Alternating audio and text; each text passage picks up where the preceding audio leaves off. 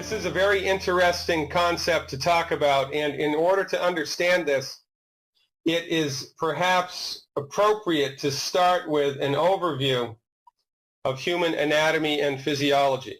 And don't worry, there will be no test. This is the human digestive tract. Looking at it kind of, from the outside in. This, of course, is your throat. This is the pipe that goes down from your throat. It's called the esophagus. This is your Adam's apple and your windpipe up here, your larynx. This is the voice box. The voice box is up here. The throat that goes up into your mouth is, a little higher above that. And then this long tube is called the esophagus, And the esophagus empties into the stomach. The esophagus empties into the stomach. This, of course, is the stomach. And then underneath the stomach are the small intestines here and the colon here. This, of course, being the stomach. And what we're going to mostly talk about tonight is this organ right here, the stomach, which for all intents and purposes is just a great big bag of acid. So let's check it out. This is a cross-sectional view of the stomach. And you see there's a number of things to pay attention to with this particular diagram. The stomach basically is a bag of acid, and that's a good thing. Now, inside the stomach, there's a lining on the wall of the stomach which is impervious to acid. Otherwise, we wouldn't be alive because the acid in the stomach would eat a hole right through the stomach wall and we would die. And by the way, the acidity of the stomach acid when you're healthy is 1.5, 1.6, 1.7, or 2.0 on the pH scale. It's extremely acidic. When your stomach acid is healthy, if you chopped your finger off and swallowed it, your stomach would digest it down to the bone in about 20 minutes. That's how strong the stomach acid needs to be to have healthy digestion. Now, there are two interesting anatomical structures to pay attention to here. These valves right here. This, of course, is your throat. This is the esophagus coming down from the mouth. This is the esophagus coming down from the mouth, and it empties into the stomach. And right where it empties into the stomach, there's a valve. Where it empties into the stomach, there's a valve. And this valve opens and closes depending on what's going on in the stomach. Now, at the other end of the stomach, how about that? There's another valve which opens and closes depending on what's going on in the stomach to let food that's been digested or whatever you just swallowed to be digested into the small intestine. And this, of course, is the main function of the stomach, is to chemically digest whatever it was that you just swallowed, breaking it down into smaller and smaller pieces so that your intestinal tract will have the ability to absorb it into the bloodstream. And this is how nutrition enters the human body. Now, these two valves, I want you to remember because we're going to come back to them. They are very important. One more thing to understand. The stomach has a lining in it which is impervious to stomach acid. The stomach has a lining that's impervious to stomach acid, but the esophagus does not. The esophagus up here does not. So if any of the acid in the stomach gets up here into the throat, you get acid reflux. This is the very definition of acid reflux. We're going to talk about that in a minute. The main thing to understand here is that the throat does not have a protective lining to protect it from acid. The stomach does. Your stomach acid needs to be so acidic, if you sucked the acid out of your stomach and dripped it on your fingertip, it'd burn a hole right through your skin. That's how acidic it needs to be, and the stomach can handle that, but the throat cannot. The esophagus cannot. And this is important, and we're going to come back to this. Now, the acid, the chemicals that are in your stomach which digest food, collectively are referred to as gastric juice. All right? This is a somewhat less than creative term that biochemists and physiologists dreamed up, gastric juice. This is the main stuff that digests food, and this is how it goes. When you swallow food, the presence of the food in your stomach causes your stomach to expand. That's kind of common sense. When your stomach expands, there are cells in your stomach which secrete a chemical called gastrin. So the stomach expands, and there are cells on the wall of the stomach that secrete a chemical called gastrin. Gastrin, when it's present inside the stomach, makes other cells in the stomach secrete hydrochloric acid and another digestive enzyme called pepsinogen. Has nothing to do with Pepsi or Coke. It's called pepsinogen. Now, when you combine hydrochloric acid and pepsinogen, you get a digestive juice par excellence. The combination of hydrochloric acid and pepsinogen creates a chemical called pepsin, which digests protein and a lot of other things, and gastrin also digests different components of what you ate, and hydrochloric acid also digests different components of what you ate. It's this one big dance, okay? But in the stomach, as in the entire digestive tract, things are capitulated one after the other like dominoes, each knocking the other over. And if you're healthy, each domino gets knocked over and the next stage of digestion happens. If you remove one of those dominoes, the whole house of cards falls apart. If you remove one of the links in that chain, the whole thing gets screwed up. Gastrin is the most important digestive enzyme that we're going to talk about here, but I want you to take a look at this in the meantime.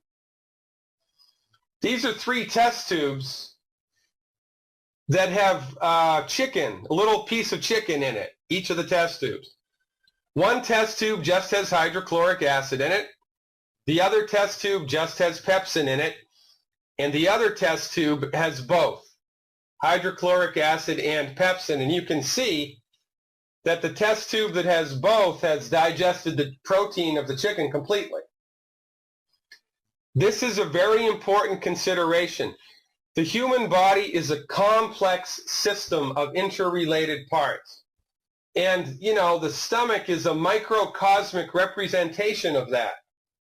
In order for digestion to be complete, in order for your body to suck all of the nutrients out of the food that you just swallowed, a lot of dominoes have to be in place.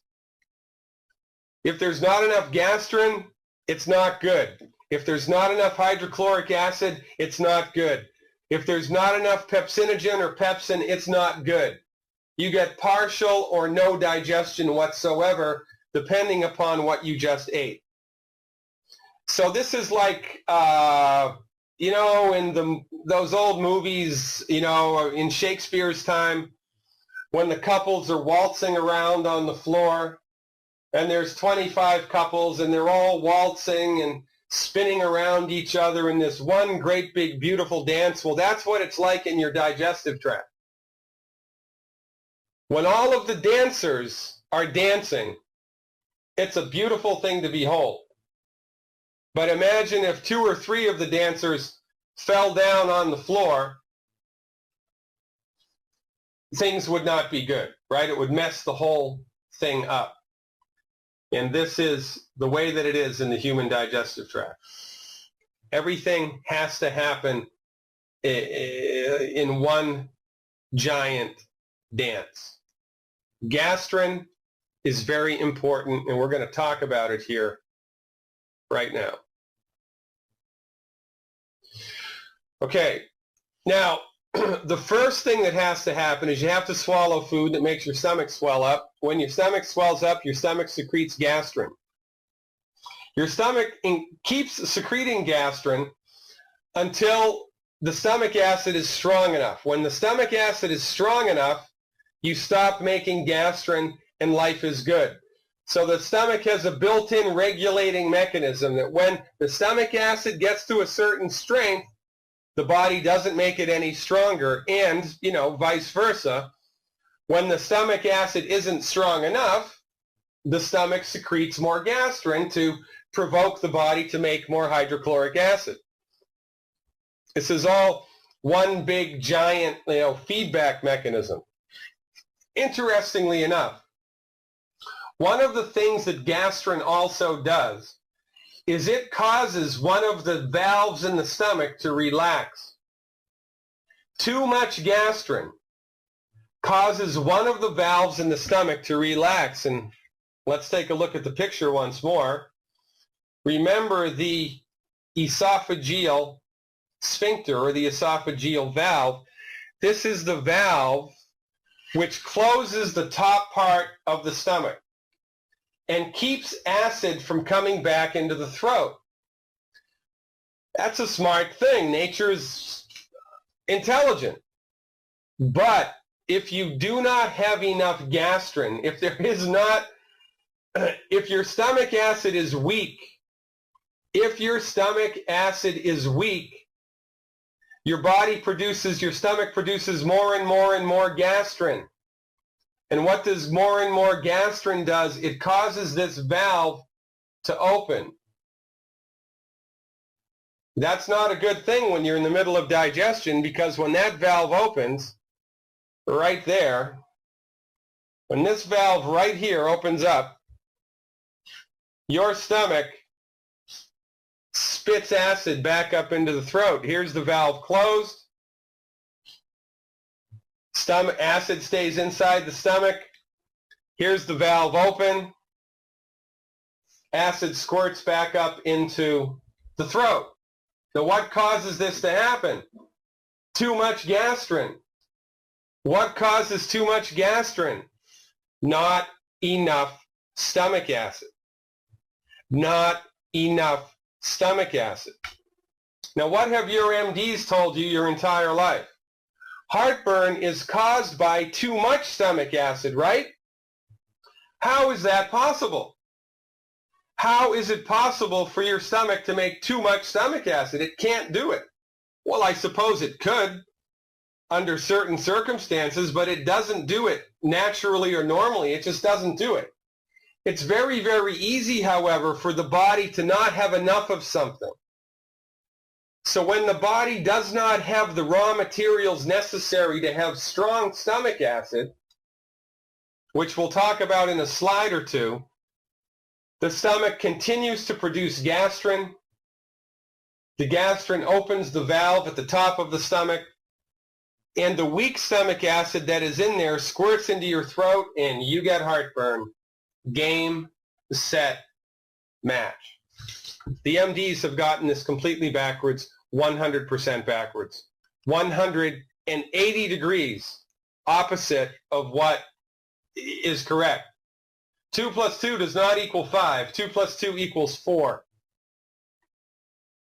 Stomach acid squirts into the esophagus, causing acid reflux in the presence of not enough stomach acid in the stomach, period. The MDs have gotten this completely backwards, and this is an error of biblical proportions, and I'll tell you why shortly. Now, healthy stomach acid is hydrochloric acid. What's hydrochloric acid made from? Hydrogen and chloride. Well, your body gets hydrogen from water. There's plenty of water in your body. Your body's like 90% water. There's plenty of hydrogen to go around, but where the heck does it get the chloride from? Your body needs chloride to have strong stomach acid. Where's it going to get it? Well, guess what? It gets it from salt.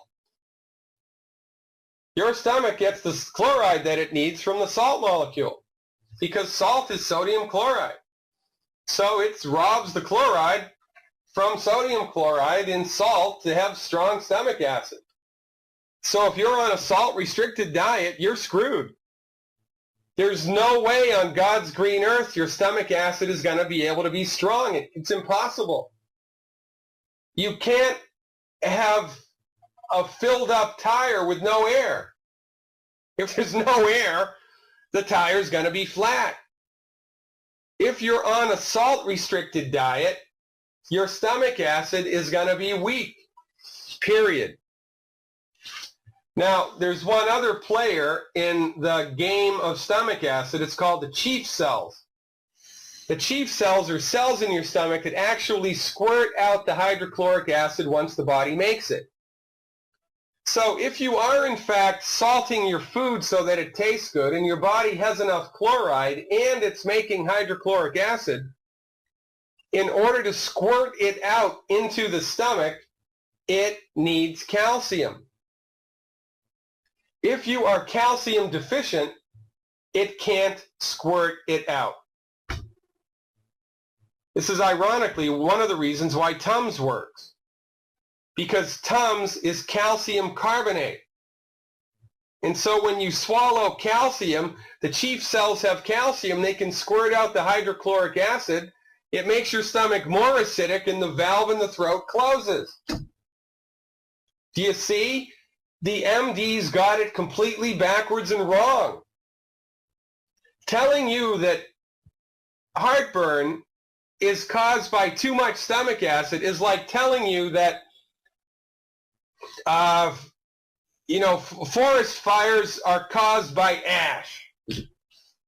Because the bigger the fire, the more ash there is. It's nonsense. It's a complete misinterpretation of events. And this has catastrophic consequences on our health. I mean, catastrophic consequences on our health. And I'm choosing my words carefully. If you are deficient in calcium,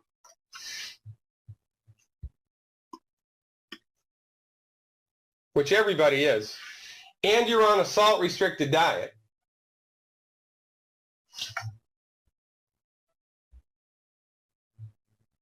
you have to have weak stomach acid. You can't not have weak stomach acid. It's par for the course. Weak stomach acid causes too much gastrin to be secreted. Too much gastrin relaxes that valve at the top of the stomach.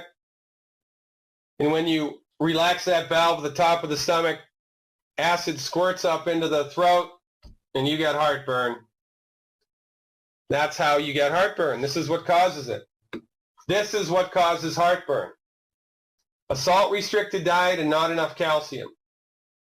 A salt-restricted diet and not enough calcium. Now, who put you on a salt-restricted diet? Your medical doctor did. And since we've been following salt-restricted diets here in the United States to help your heart, right? Heart disease has remained unchanged.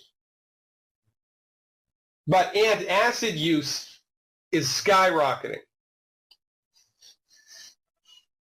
It's unbelievable to me how MDs can consistently get stuff wrong. And number one, nobody sees it. And number two, nobody calls them on it. This is a gigantic cultural problem, right? It all goes back to this. When this valve is closed, you're good. When this valve is open, not so good. What opens the valve? Weak stomach acid opens the valve. Period. Now, I learned this in pre-med. Actually, nobody really lined it up for me like this in pre-med, but I was taught physiology of the digestive tract. It's kind of a no-brainer. This is a problem because we believe what the MDs tell us without question. And we need to start questioning authority, quite frankly. Now, okay, very good.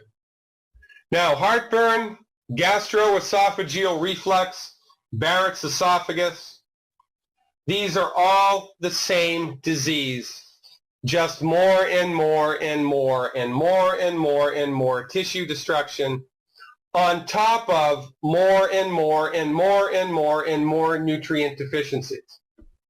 It's the same illness, just more of it. But, you know, medical doctors, MDs, are trained to reduce everything, you know, ad absurdum and categorize illnesses into these little cubby holes. So first there was heartburn, and then there was acid reflux, and then there was gastroesophageal reflux, and then there's Barrett's esophagus, and it's just the same stuff, different names for the same thing, in order to make you think that the MD is smarter, more intellectually savvy, more competent than you, knows what's going on, when they don't. It's a shell game designed to make you feel intellectually inferior. And guess what? It worked. Because we've bought this one hook, line, and sinker. But don't worry, it gets worse. Now, my colleague, Dr. Wallach, the founder of Youngevity, teaches this. What I'm about to show you is the result of $25 million of federally funded research, 26,000 autopsies, and 10 million blood chemistries and histopathologies. These are the nutrient needs of the human body. In order for your system to work optimally, your body needs 90 essential nutrients to go down the hatch every day. If the 90 essential nutrients do not go down the hatch every day, you develop nutrient deficiencies. The only problem with the 90 essential nutrients is, oh, by the way, this is where the term 90 for life came from in Youngevity. If you hang around Youngevity long enough, you will see the phrase 90 for life, and that's what this refers to. The 90 essential nutrients necessary for life. 60 minerals, 16 vitamins, 12 amino acids, and 2 essential fatty acids. The only problem is, it's impossible to get all of these nutrients from food. You can't do it. It's not just difficult. It's not just improbable. It's impossible, and this is why. The lion's share of your nutrient needs are the minerals, right? 60 of 90, that's 2/3. Only problem with minerals is the only person that can make a mineral is God. Minerals exist in the soil or in the water, but if they're in the water, it's because they wash there out of the soil. Here's a map of selenium, which is a mineral very much like calcium. It's very important for your health. It has remarkable anti-cancer properties.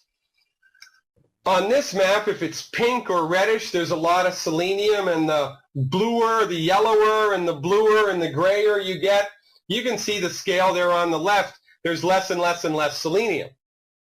So if you're eating organically grown vegetables harvested by Trappist monks under a full moon while they're chanting, but they're grown here, there ain't no selenium in those vegetables. There's none. So if there's none in the vegetable, there's none in your body when you eat that vegetable. Now remember, there's 60 minerals. This is a map of just one. There are 59 other maps, and they're all different. They're all different. There's no place on the planet where all 60 minerals overlap. Doesn't happen. So I don't care how organic your food is. I don't care. Unless you're supplementing, especially with minerals, your body is nutritionally deficient. Period. You know, you're welcome to your own opinions, just not your own set of facts. This is a representation of your body's nutrient needs. If this tank represents the 90 essential nutrients, it needs to be filled to the brim every day. 90 essential nutrients up to the top every day. In reality, this is how much most of us get, less than half.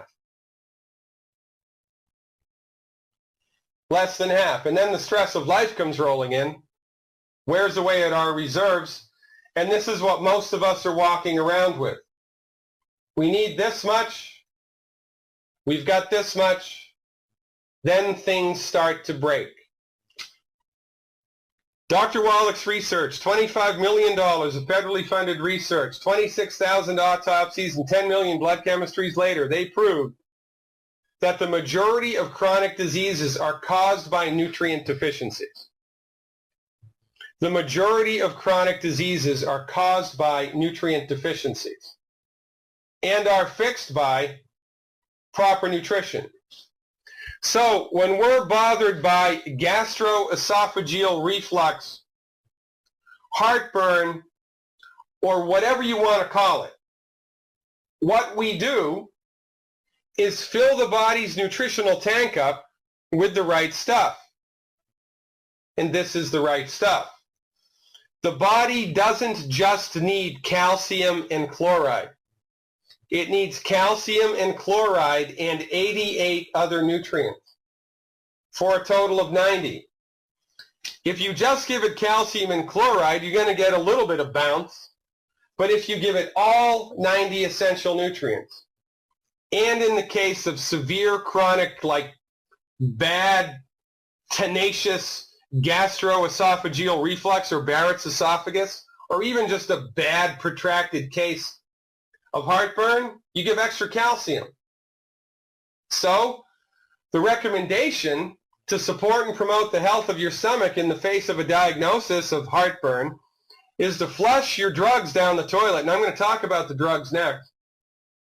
Fill your body's nutritional tank up, and of course, salt your food to taste. Salt your food so that it tastes good with iodized salt. I don't care if it's table salt or sea salt or Himalayan salt or Celtic salt, as long as there's iodine been added to it. You need the iodine. And the cheapest way to get it is with salt. So guess what? I don't care if you've had heartburn for 25 years. You flush your meds and start salting your food and fill your nutritional tank up, it goes away. It'll go away. It won't just get better. It will go away. Because our fundamental supposition is that your body knows how to fix itself. Your body wants to fix itself. The only reason it can't is because you went to these guys. You went to the MDs.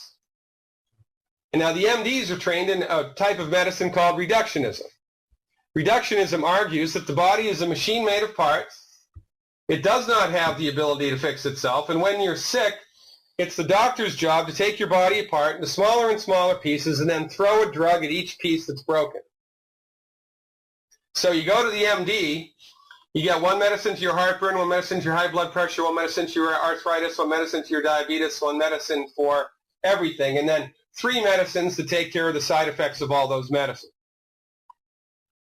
This is reductionism. Remember, MDs are not trained in medicine. Nobody is. MDs are trained in a type of medicine called reductionism.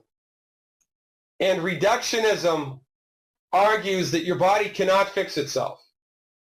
That when it's sick, your only option is to manipulate your biochemistry with drugs. And this, of course, is a fool's errand when it comes to heartburn, because they've gotten the cause wrong. And when you get the cause wrong, it's impossible for you to fix anything.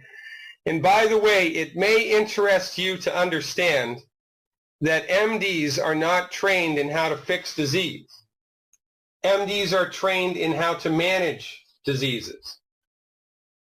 They never fix heartburn, they manage it. They never fix high blood pressure, they manage it. They never fix arthritis, they manage it until you need a fake knee. And then 3 years later, when that one fails, do they give you your money back? No, you have to get another operation. When it comes to heartburn, the MD's goal is to suppress your stomach acid at all costs. This is the rationale. This is the only thing to do. Suppress the stomach acid, baby. They do that with 2 categories of medicines, antacids and something called proton pump inhibitors. Proton pump inhibitors stop the cells in your stomach from squirting out hydrochloric acid and gastrin. They stop it. It's like they plug up the faucets. Proton pump inhibitors plug up the faucets in your stomach so that even if there is hydrochloric acid there, or gastrin or pepsin, your body cannot secrete it. The most famous proton pump inhibitors are Nexium and Zantac. Nexium, Zantac, also Prilosec falls into this category.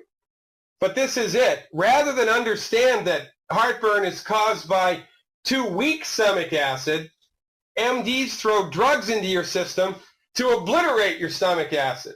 Eliminate it. Stop it completely.